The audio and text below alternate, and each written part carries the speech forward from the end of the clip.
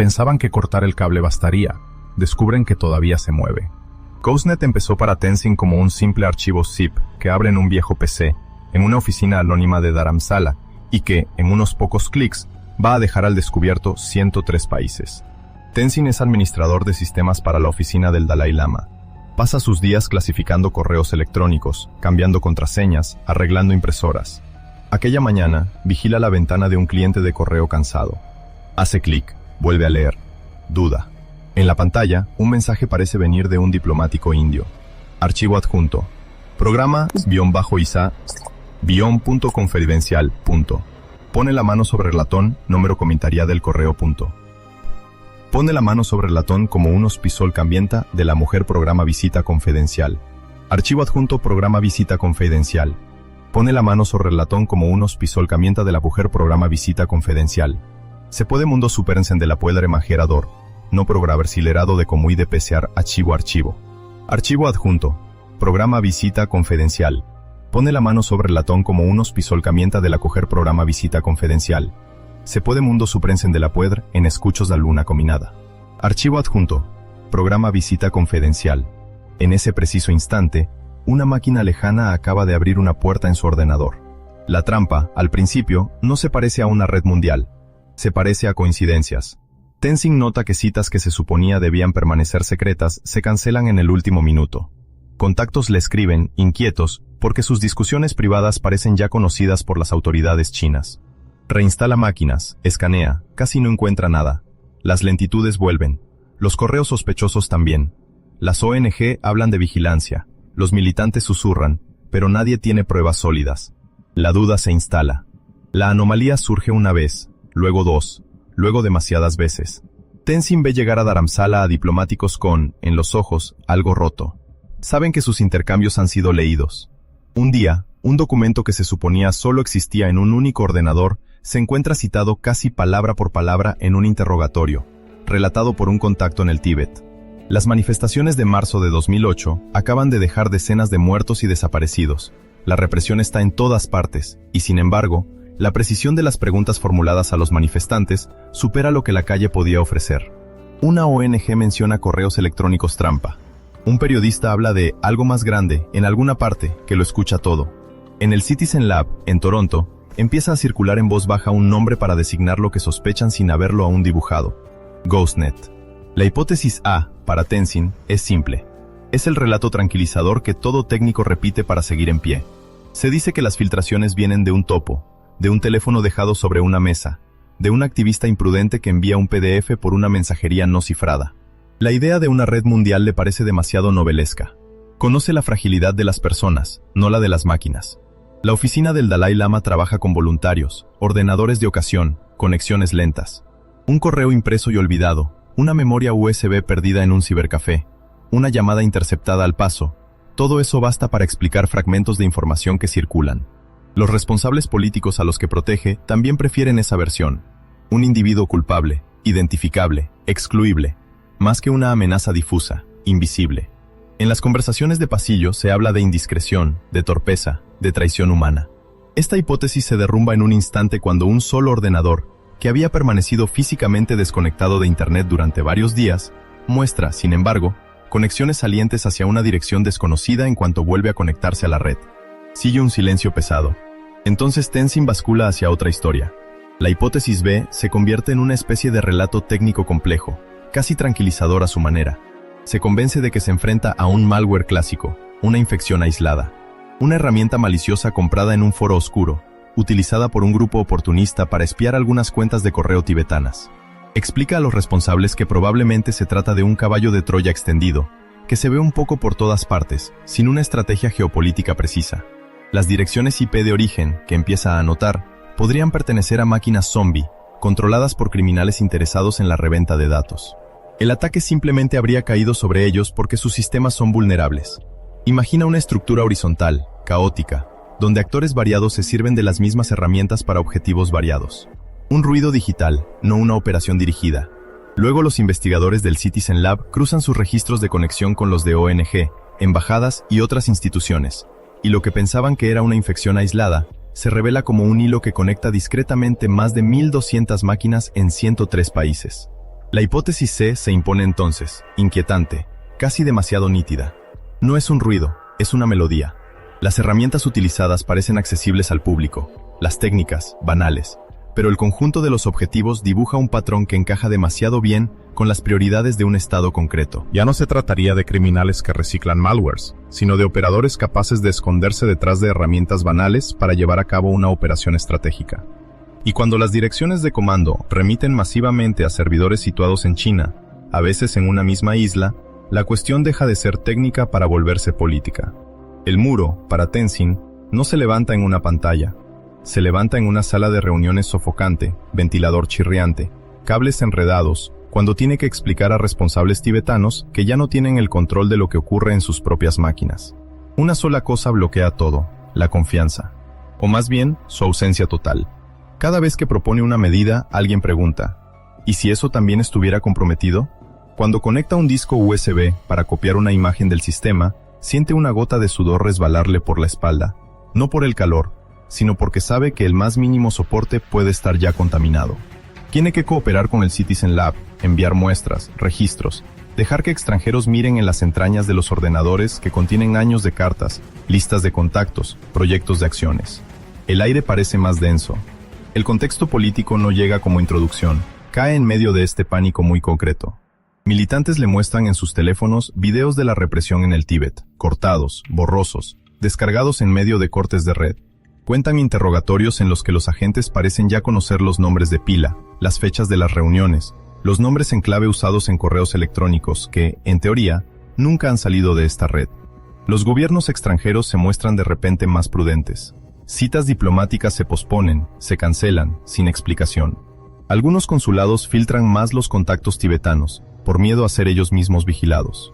En el laboratorio, en Toronto, Ronald Daibert coordina el análisis, pero en Dharamsala, Tenzin sigue siendo quien debe mirar cada pantalla, conectar cada cable, intentar mantener como puede las operaciones cotidianas en máquinas que sabe infestadas.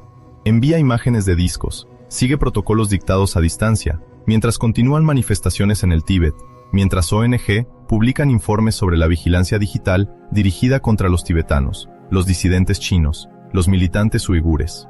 La política no se discute en coloquios, se desliza en el cursor que se traba, en la ventana de la webcam que se enciende una fracción de segundo sin razón aparente.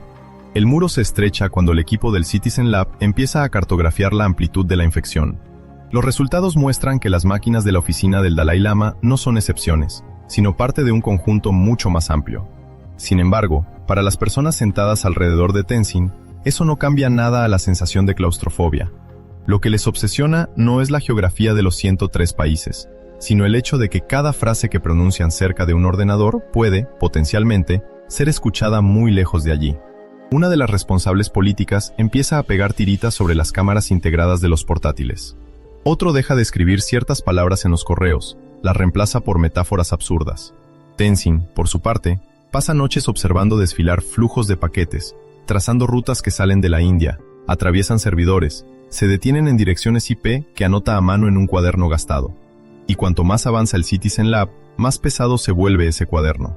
Contiene IP chinas, otras diseminadas en varios países, a veces en servidores comprometidos ellos mismos. Los registros muestran conexiones regulares, pacientes, que no activan ningún antivirus comercial instalado en esos viejos sistemas. La ingeniería social hace el resto.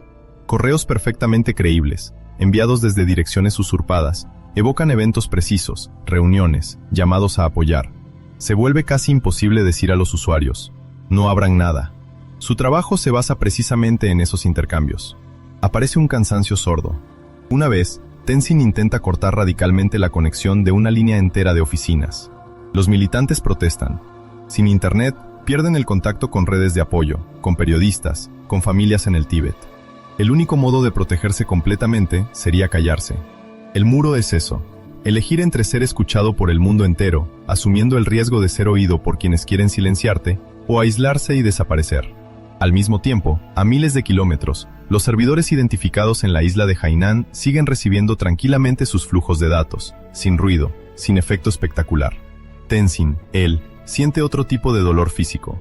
La marca negra de un cable de red atrapado bajo la pata de un mueble, que le araña la piel de tanto rozarle cuando se inclina bajo los escritorios, día tras día. una marca minúscula, pero permanente, que le recuerda que todo pasa por esos hilos que ya no controla realmente.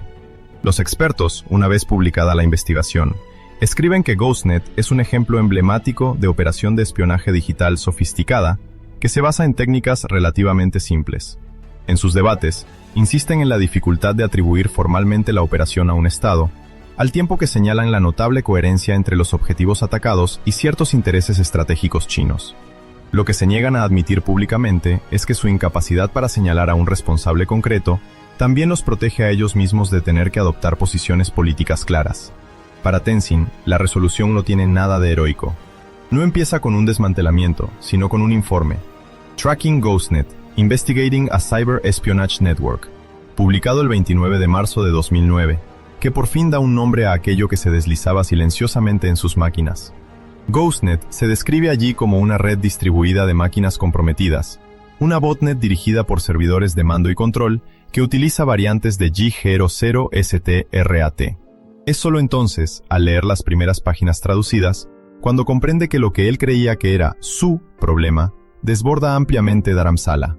Embajadas, ministerios de asuntos exteriores, organizaciones internacionales. En el mapa que circula en los medios, la oficina del Dalai Lama no es más que un punto entre otros. Lo que creía cierto se derrumba brutalmente. Pensaba que la fragilidad venía de ellos, de sus medios limitados, de su falta de formación.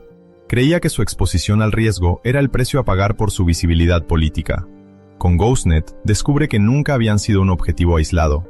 Eran un elemento de un cuadro mucho más amplio, donde la diplomacia mundial, las ONG, los ministerios, todo un tejido de relaciones internacionales ya estaba lleno de agujeros invisibles. El consuelo que imaginaba posible, el de un enemigo único al que se pudiera nombrar y enfrentar, también se le escapa.